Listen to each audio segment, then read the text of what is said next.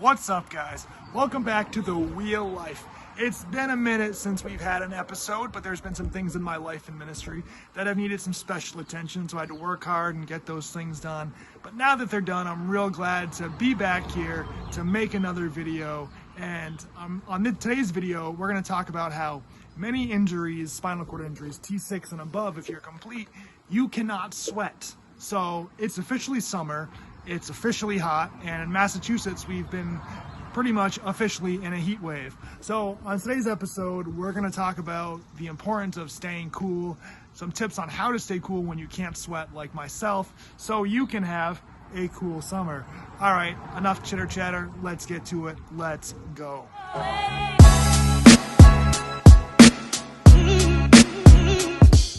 All right, my peoples, so let's talk about all things sweat in today's video. Let's talk about how quadriplegics and even some paraplegics, T6 or above, cannot sweat. And I would like to see a raise of hands in the comments. Tell me, if you're not a spinal cord injury person, obviously, if you had any idea that a person with a spinal cord injury, the majority of the time, cannot sweat. I bet most of you had no idea. I certainly would have had no idea either. But I just love the looks on people's faces when I tell them that as a quadriplegic, I can't sweat. But there's a very good reason why someone with a spinal cord injury cannot sweat. See, the thermostat that helps the body, cool down is located in the spinal cord. So when your spinal cord is messed up, your whole thermostat, your whole heating and cooling system is broken. So yeah, in a hot environment, the body, will send a signal to your brain through the spinal cord to tell it, to cool down, take a chill pill. Let's get some perspirin up in here. But that signal is all messed up now once you break your neck and destroy your spinal cord like I did. So yeah, it makes things real hard, and that's one of the main reasons that we can't sweat. So temperature regulation, whether it's hot or even in the cold weather, for someone like myself, is extremely hot and hard and no fun. So we have the problem of, like, say we're at a family barbecue, say we're going for a stroll, it's the middle of the day, the sun's beaming on you, kind of like it's beaming on me right now.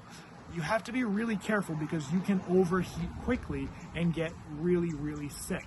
And man, that's something that I had no idea to expect after my spinal cord injury, because I used to love the heat. I hated winter, I hated cold.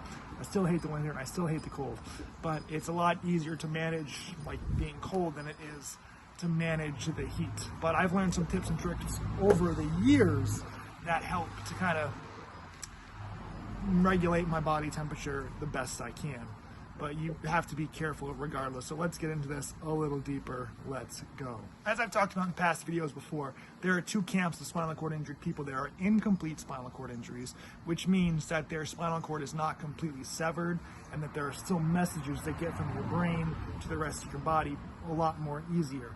For myself, I am a complete spinal cord injury, which means I completely severed my spinal cord. So I just did things real big.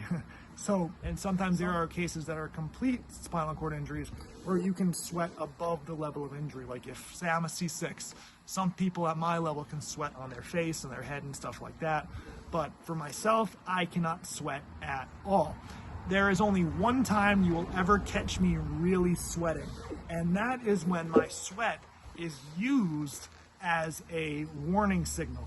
So I've talked about in other videos as well, autonomic dysreflexia, which is my body's way of telling me that something is wrong. So say I sat on a knife and I cut my leg or whatever, and I can't feel that I sliced my leg half off, but my body knows. So it will send my blood pressure shooting through the roof, I'll get a pounding headache, and a lot of times my body will start to sweat.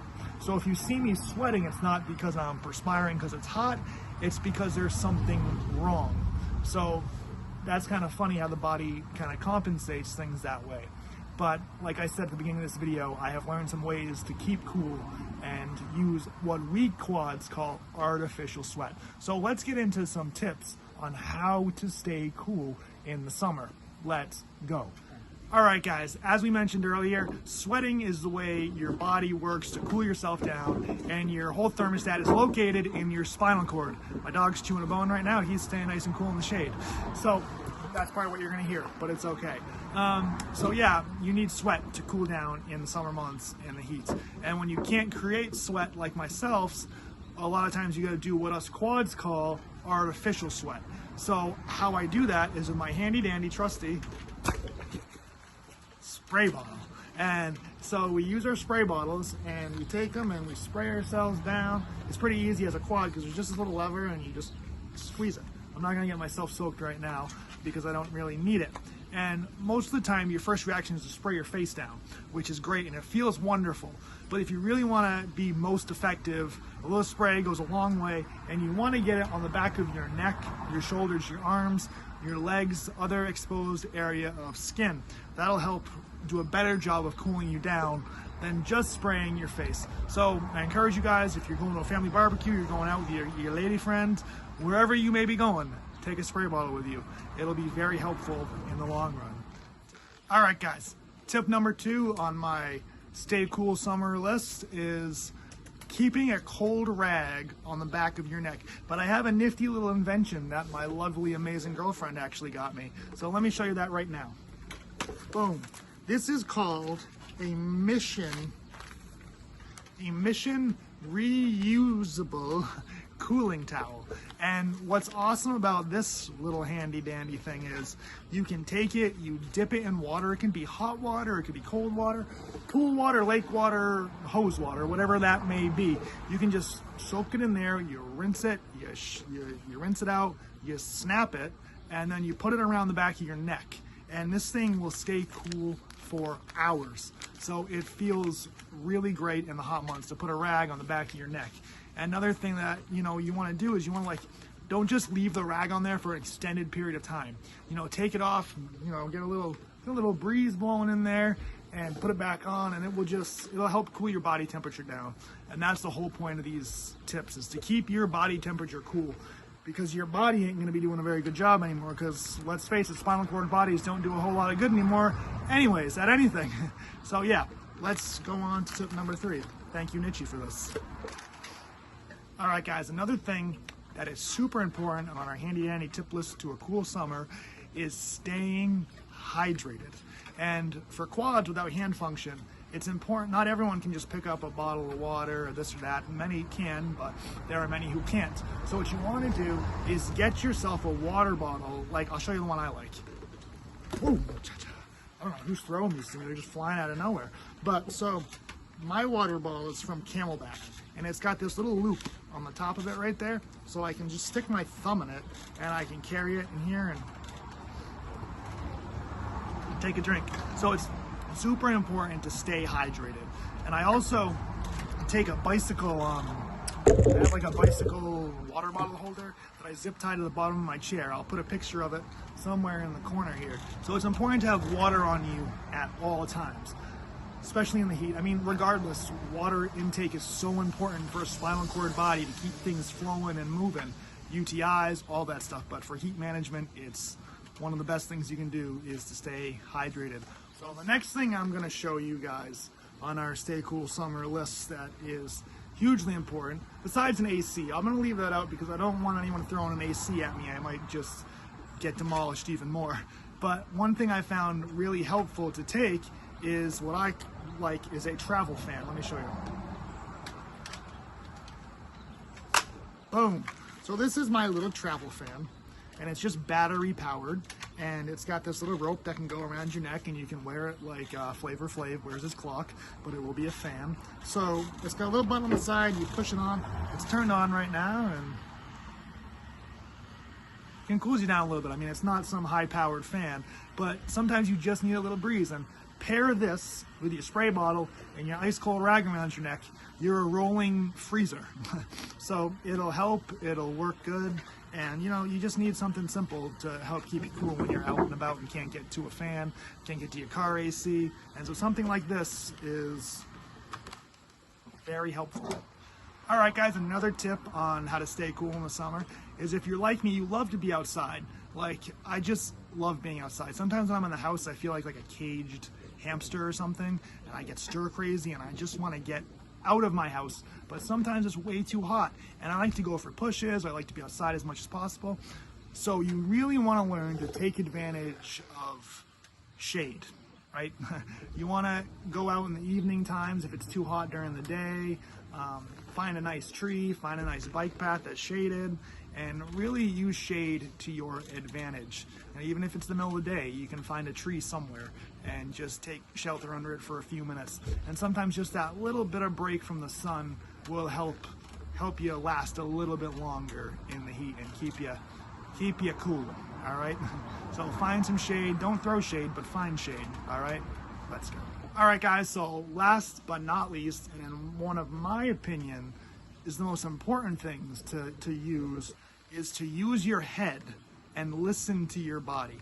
Listen, you know yourself better than your doctor will, you know yourself better than your mama will, you know yourself better than I can ever share with you. Because let's face it, every spinal cord injury, it's kind of like a snowflake. Everything is different. You know, each snowflake's individual, each spinal cord is individual. You might be able to sweat like a champ. I cannot. So you really have to know your body and know what you're capable of. And you just have to be smart. When you feel yourself getting too hot, don't push yourself too much. Because like I said at the beginning of this, your spinal cord is your thermostat. And when you get overheated, maybe it takes an able-bodied person like a few minutes to cool off and calm down and get recooled, right? But for someone with a spinal cord injury, it can take us hours to get to feel better. So you really want to use your head, be smart, don't go out in like super humidity, and just know your own body. You know, you have to take care of yourself and be your own advocate for your own needs, because sometimes people don't understand. They're like, can you come over? And it's like, no, it's too hot right now. And people can think that's kind of strange because they don't have an idea that what it's like when you can't sweat. So it's important to be an advocate for yourself, to use your head, know your body, and just try to stay cool. All right, those are my few tips for today. I hope this provided some bit of value to your life. I know when I was first injured, I had such a hard time with this, and I just had such a struggle staying cool in the summer, and these little tips that I've picked up along the way from other quads and other people have helped greatly. You know, I still overheat super easy, but it's important to manage your heat. So I hope everyone has a great rest of their week. I hope you're all staying safe, you're keeping the faith, you're keeping your head up in these uncertain times in the world, and just enjoy the summer. Have a cool summer. I'll see you in a video soon. Let's go.